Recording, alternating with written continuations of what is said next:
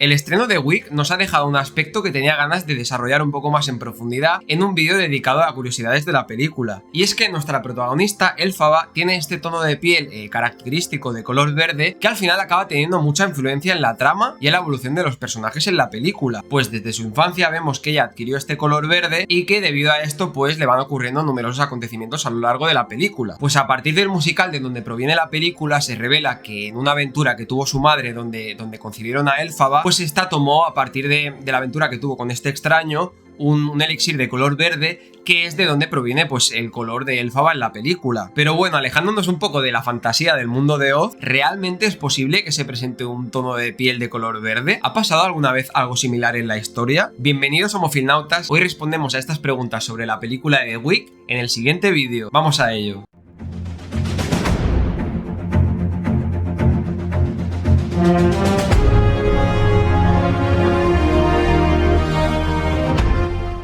Si algo está claro es que este tono característico de color verde de Elphaba tiene un papel muy relevante a lo largo de la película y en todo el mundo de fantasía de Oz, pues detalla tanto sus fortalezas en numerosas escenas de la película, ¿no?, donde se ve su personalidad y el auge de su personalidad, con todas las debilidades que reúne el personaje y escenas muy duras, adversas de lo que tiene que ir, los acontecimientos que tiene que irse sucediendo a lo largo de la película y que tiene que ir afrontando este personaje. Y la verdad es que este tono de color verde de la piel de la bruja mala del oeste ya es algo que ha traído muchísima cola y muchísimos problemas y adversidades, pues parece ser que Margaret Hamilton, la actriz que interpretó a la bruja mala del oeste en la primera película del Mago de Oz, pues aparte de que tuvo numerosos problemas, sobre todo en lo que tiene que ver con quemaduras que sufrió durante el rodaje, en su vestido, en diferentes partes de su cuerpo y que le llevaron pues a estar bastantes semanas de baja en el rodaje de la película, aparte le sucedieron numerosas cosas con respecto a las pinturas que se usaron para que ella adquiriera este tono de color verde característico del personaje. Por un lado, pues era muy difícil de desenganchar, se ve que permaneció en su cara, en su rostro y en diferentes partes del cuerpo durante mucho tiempo, y además, por otro lado, parece que le dio muchísimos problemas en cuanto a que eran unos productos muy tóxicos y por lo tanto pues tuvo que hacer una dieta líquida durante mucho tiempo y no podía ingerir prácticamente ningún alimento sólido. Pero bueno, está claro que tenía que utilizar pinturas o algo de alguna manera en aquella película, porque no existe un elixir como tal en la realidad, como el que se presenta tanto en el musical como en la película de Wick, en el reciente estreno. No existe un elixir en la realidad que permita pues adquirir al ingerirlo este tono de color verde, aunque bueno, sí que existen numerosas condiciones médicas, numerosos elementos o circunstancias en la realidad que son los que trataremos un poco en este vídeo, que no es exactamente como se presenta en la película y como se presenta en el personaje de la bruja mala del oeste de Elphaba de Wick, pero pues se puede acercar un poco más a algo que realmente pueda estar sucediendo. Y aquí, si tengo que destacar claramente una condición que es la más históricamente famosa en humanos, es la que se conoce como la clorosis humana. ¿Qué es exactamente la clorosis humana? A la clorosis humana se le conoce históricamente como el mal que tornaba a las mujeres de color verde. Para describir esta enfermedad nos tenemos que remontar hasta el año 1554 a los síntomas descritos por el médico alemán Johannes Lang. Pues normalmente estos síntomas ocurrían a mujeres muy jóvenes de la época y la descripción a veces era un poco vaga, pues había múltiples síntomas desde palpitaciones, tobillos hinchados, un tono de color de piel muy pálido, también era eso muy característico, dificultad para respirar, adversión a la comida y muchos más síntomas pues que se reunían, ya digo, una descripción un poco vaga a veces de cómo diagnosticar exactamente esta enfermedad. Y ya digo, antes de que en el 1619 realmente es cuando se le diera a esta enfermedad el nombre de clorosis, pues como se le diagnosticaba normalmente a mujeres jóvenes, también se le daba el nombre como curiosidad de fiebre amorosa. Y esta palabra de clorosis pues vendría del griego de la palabra cloros, que tiene el significado como de amarillo verdoso o de verde pálido, pues porque se observaba un poco, ya digo, ese tono pálido de la piel que tenían pues las víctimas que sufrían esta enfermedad, era algo pues que se observaba en la época, aunque ha habido bastante debate con respecto a esto posteriormente de si realmente pues se presentaba este tono verdoso o no de las pacientes en aquella época, y eso es lo que hay registrado. Y ya digo, ha sido una enfermedad muy controversial desde aquel momento, pues la clorosis en algún momento se le denominó como que era una enfermedad histérica, como que realmente no había una causa orgánica como tal. Luego se le adjudicó la categoría de que era una enfermedad nerviosa, que tenía que ver con el sistema nervioso, que luego veremos que no era tan así. Luego pues se intentaron hacer numerosas terapias, empezaron a surgir numerosos tratamientos, desde hidroterapia o ferroterapia, para intentar pues prevenir y ver qué era lo que estaba funcionando para tratar este tipo de enfermedad de la clorosis en aquel momento. Pues al final parece ser que se acabó desapareciendo esta enfermedad de la clorosis humana y se postulan muchas hipótesis que tienen que ver con la mejora de la dieta o incluso la mejora en general de las condiciones de vida de las personas en aquella época. Pues si nos vamos a la ciencia actual, nos vamos al conocimiento actual y las investigaciones sobre esta enfermedad histórica, sobre la clorosis humana, pues parece que esto tenía que ver, por un lado, o con una anemia hipocrómica, con poca cantidad de hemoglobina de los glóbulos rojos, o una anemia microcítica, una anemia que se conoce por tener los glóbulos rojos de un tamaño muy pequeño, muy inferior con respecto a lo que sería normal. También se hicieron investigaciones con si tenía que ver con la presencia de endometriosis en aquellas mujeres pues que sufrían esta clorosis humana, pero no parece que haya habido evidencias con respecto a esto en algún momento. Pues afortunadamente actualmente este término de la clorosis humana, pues ya no se utiliza para referirse a nosotros, a los humanos, sino que se utiliza en el contexto de las plantas, aquellas plantas que tienen una conocida deficiencia de hierro. Y curiosamente, algo muy anecdótico de esto es que en la clorosis que se conoce en las plantas actualmente, pues como se representan los síntomas tiene que ver más con una pérdida de ese color verde característico que con lo que sucedía, pues todo lo contrario a lo que sucedía en el caso de la clorosis humana, donde había esta presencia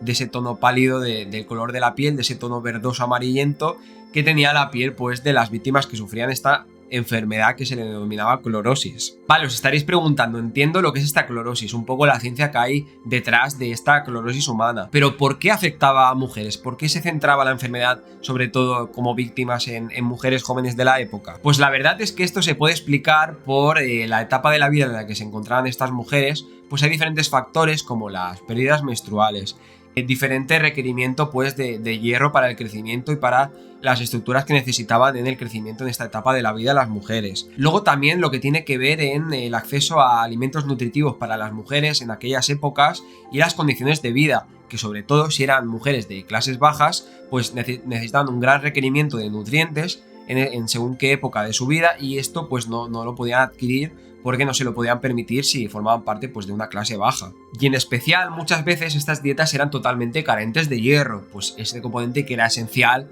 para prevenir pues este tipo de, sobre todo teniendo en cuenta pues también teniendo en cuenta y contrarrestando pues las pérdidas menstruales, a prevenir esta deficiencia de hierro y que se diera la presencia pues de estas anemias, que al final es lo que se ha acabado conociendo actualmente como clorosis. Y entrando más en detalle en esta temática de la clorosis humana, hay un caso muy concreto que cuando fui investigando descubrí y quería compartir con vosotros, que es lo que se conoce como el caso de los niños de Woolpit. Pues Woolpit es un pequeñito pueblo inglés que en el año 1150 se convirtió en el escenario de una leyenda que ha perdurado durante el tiempo. Pues la leyenda cuenta que dos hermanos, dos niños pequeños, una niña y un niño, aparecieron en las afueras de este pueblo de Woolpit y fueron encontrados por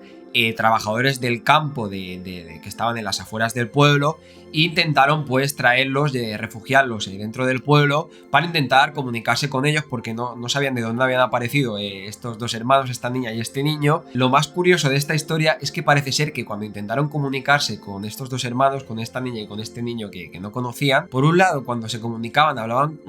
de una forma extraña, con un lenguaje extraño que los aldeanos no conocían para nada, y por otro lado se le ofrecían pues alimentos, ¿no? Porque se les veían unas condiciones un poco extrañas y eran adversos a comer prácticamente cualquier comida, algo que solapaba bastante con lo que comentábamos antes de los síntomas de las personas que sufrían esta clorosis humana en aquella época. Y más curiosamente se cuenta que con el paso del tiempo, a medida que se fueron habituando a este nuevo lugar, ¿no? Se adaptaron a los aldeanos del pueblo de Woolpit y empezaron a ingerir pues todo tipo de alimentos, ese tono característico verde que se comenta, se describe en las historias, en la leyenda, que tenían los niños, empezó poco a poco a ir desapareciendo. Así que lo más probable es que nos encontráramos en un escenario similar, pero al final, pues como pasa con la mayoría de leyendas, como pasa con la mayoría de historias que van pasando con el legado con mucho tiempo, pues al final acaba siendo una historia más fantástica, como el mismo mundo de Oz, como el mismo mago de Oz, acaba pues toda esa fantasía perdurando en la leyenda, y al final se aleja un poco de lo que realmente acabó sucediendo en aquella historia concreta y de que lo que realmente pues científicamente se podía probar que fuera real. Pues como comentaba antes, la clorosis humana es lo más característico así que se ha investigado respecto a este tono de color verde de la piel, pero no es lo único que puede estar sucediendo y que puede llevar a la presencia de este tono de color verde en la piel, sino que puede haber pues otros elementos que pueden estar influyendo en esto. Y uno de estos elementos que puede desencadenar este color verde en la piel son las joyas de cobre, por ejemplo, que pueden llevar a la decoloración de la piel y que incluso a veces, no es algo muy frecuente, pero a veces pues se presente este tipo de color verde en la piel donde se han usado estas joyas. ¿Y por qué las joyas de cobre a veces producen esto? Pues parece ser que el sudor ácido de esas zonas donde se están utilizando las joyas reaccionan con el cobre produciendo pues diferentes sales químicas que tienen que ver con el cobre, como el carbonato de cobre o el cloruro de cobre, que tienen estos colores característicos y son los que hace que la piel adyacente a estas joyas de cobre adquiera pues este color un poco como verdoso azulado y demás. Además, también se sabe que la oxidación del cobre, no tan directamente como la producción de estas sales, pero también puede tener un papel a la hora de adquirir este tono la piel en la zona donde se están utilizando las joyas de cobre. Y otro de los grandes bloques que tiene que ver con adquirir este tono de color verde son también pues todos estos problemas que están relacionados con problemas hepáticos, enfermedades hepáticas, que también desencadenan este color en la piel. Probablemente no es la más conocida, pero seguramente la más influyente en esta temática que estamos tratando sería la enfermedad genética rara que es conocida como hiperbiliverdinemia. Hostia, no me ha salido mal. Pues esta enfermedad tiene una relevancia muy importante en adquirir el tono verde en el organismo humano. Desde el plasma, la piel, la orina, o sea, por todos lados, pues tiene cierta influencia en que aparezca este tono verdoso. Y normalmente la aparición de esta hiperbiliverdinemia se asocia a la presencia exagerada, abundante, de un compuesto conocido como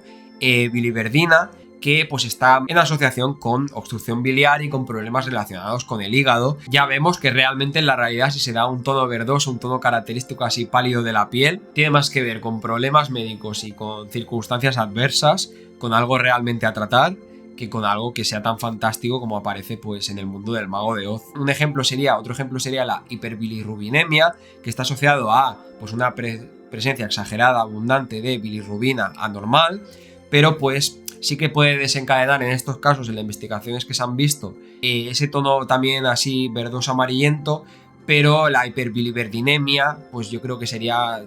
seguramente más fácil de relacionado directamente a estas apariciones que sea un síntoma característico de la hiperbilirrubinemia. Pues nada, mofilnautas, hasta aquí el vídeo de hoy. Este era un poco el análisis en profundidad que quería hacer de esta temática del color verde de la piel y que conocierais un poco más pues la realidad detrás de todo esto, ¿no? Al final es algo que me parece muy característico de la película de Wick y que conduce mucha parte de la trama de lo que se va desarrollando, pero pues me picó la curiosidad de exponeros un poco